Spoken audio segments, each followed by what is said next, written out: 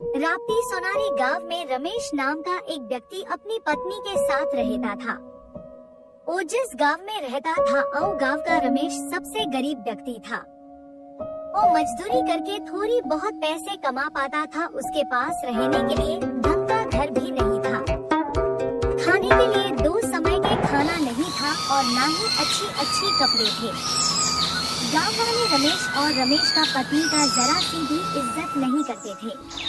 जंगल का एक सुंदर दृश्य, सूरज की पहली किरणें पेड़ों के बीच से झांक रही हैं। पक्षियों की चहचहाट माहौल को जीवित कर रही है। रानी खुश होकर गाते हुए सूरज निकला, सुबह आई, चाहत रही मैं उड़ने की बारी। रानी पेड़ की शाखा से उड़कर आसमान की ऊंची उड़ान भरती है। अचानक उसकी नजर नीचे के एक पेड़ पर बैठे कौवे पे पड़ती है। फिर रानी बोलती है, यह तो वो कल्लू है, वह अकेला क्यों बैठा है? रानी कल्लू के पास उड़कर जाती है। रानी चंचल स्वर में, कल्लू भाई क्या बात है, आज तुम इतने उदास क्यों हो? कल्लू, यही उसकी सबसे बड़ी खूबी थी। एक दिन बहुत जोरदार आंधी आई। रमेश को डर लग रहा था कि उसकी घर बहाव में बह न जाए क्योंकि उसका घर कच्चा था। अरे बस इतनी सी बात है, तुम चिंता मत करो, हम साथ मिलकर कुछ ढूंढ लेंगे।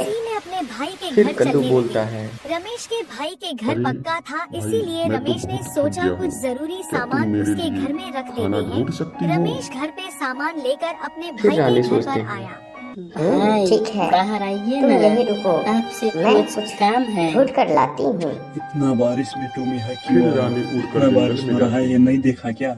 रानी पेड़ भाई पौधे तुम्हें और मेरे झाड़ियों घर के के हाल तो बीच पता ही है, उसे इसीलिए बड़े बड़े कुछ पेड़ के जरूरी नीचे सामान तुम्हारे घर फल पर दिखाई दिए। रखना फिर चाहता रानी बोलती है, क्या अरे तुम्हारे सामान मेरे घर पर?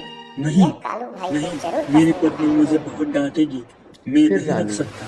फल तोड़कर अपने सोच में पकड़ लेती है अपने ही घर और में रखो। वापस इतना कालू के कहकर पास रमेश का लौट भाई जाती घर है। के अंदर चला गया। कालू रमेश और रमेश वहीं की बैठा पत्नी दुखी इंतजार होकर करता घर है। चले आए।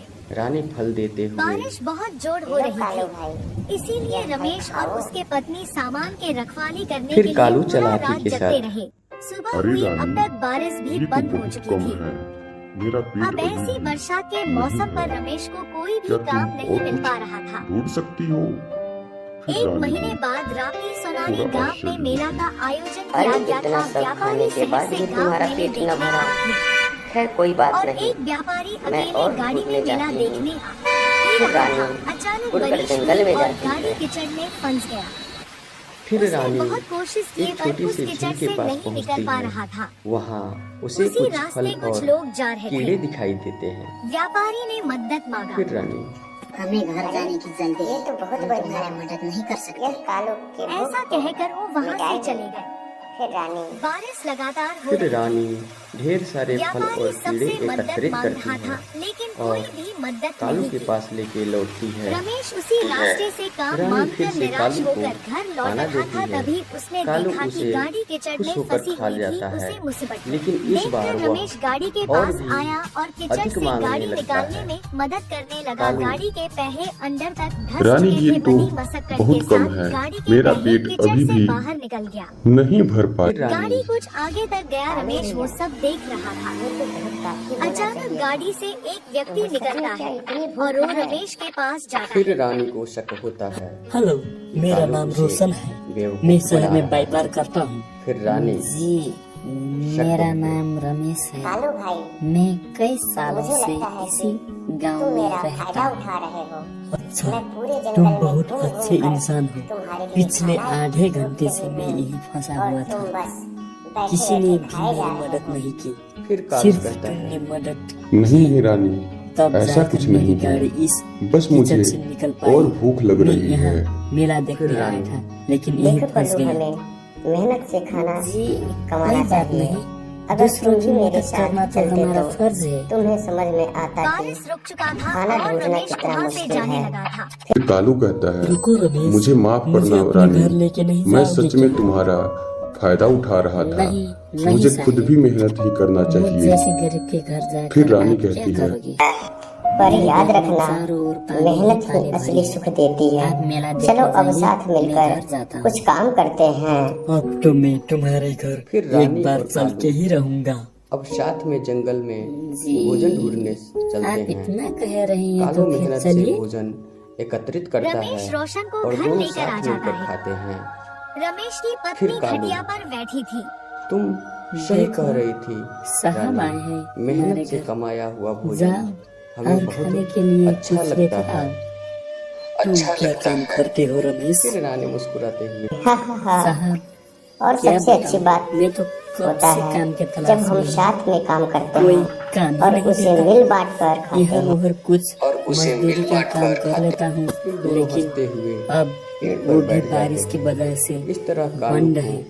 मेहनत की तब तक अहमियत रमेश समझ की में पत्नी आई एक गुण का और ढेला उसने लेकर आई और लालच छोड़ दिया। रानी और कालू अच्छे दोस्त बन गए और हमेशा साथ मिलकर हाँ हाँ दोस्त बन गए और हमेशा साथ मिलकर और रमेश काम करने लगे। तुम्हें यह कोई काम कहानी नहीं मिल हमें रहा है सिखाती ना? है कि अगर तुम चाहो मेहनत तो का मैं फल तुम्हें काम दे हमेशा सकता हूँ। मीठा ही होता है और स्वार्थ से साहब सच में कुछ क्या नहीं मुझे काम मिलता। देंगे? अरे हाँ, शहर में मेरे पास बहुत सारे काम हैं। सोच रहा था कि ऐसी व्यक्ति को साथ रख लूं जो मेहनती और ईमानदार भी हो। तुम में देखकर लगता है तुम में ये दोनों गुण है। साहब क्या काम करना होगा, कहाँ काम करना होगा, आप ये सब मुझे बता दीजिए। मैं आपके साथ काम करने के लिए तैयार हूँ। तुम्हें ये घर में रहने की कोई जरूरत नहीं है। मैं तुम्हें कुछ दिन बाद लेने आऊंगा। तुम वहीं रहोगे और काम करोगे। मैं तुम्हें एक नए घर भी दिला दूंगा। यह सुनकर रमेश की पत्नी बहुत खुश हुई। रमेश ने घूम घूम कर इस खुशी को बताया, पर गांव वालों को उसकी बात पर विश्वास नहीं हो रहा था। कुछ दिन बाद रोशन अपने गाड़ी में रमेश के घर आया। रमेश, सारा सामान तैयार है ना? चलो चलते हैं। रमेश और उसकी पत्नी रोशन की गाड़ी में बैठकर चल पड़े। रोशन रमेश और उसकी पत्नी को लेकर शहर आ गया। उसके बाद उन दोनों को रहने के लिए एक घर दे दिया। रमेश सारे काम अच्छे से समझ गया था। अब वो रोशन के साथ काम करने लगा था। रमेश का घर बहुत सुंदर था। रमेश अच्छे खासे पैसे कमा लेता था। धीरे धीरे करके रमेश और उसके घर को देखने उसके गांव वाले शहर आने लगे थे।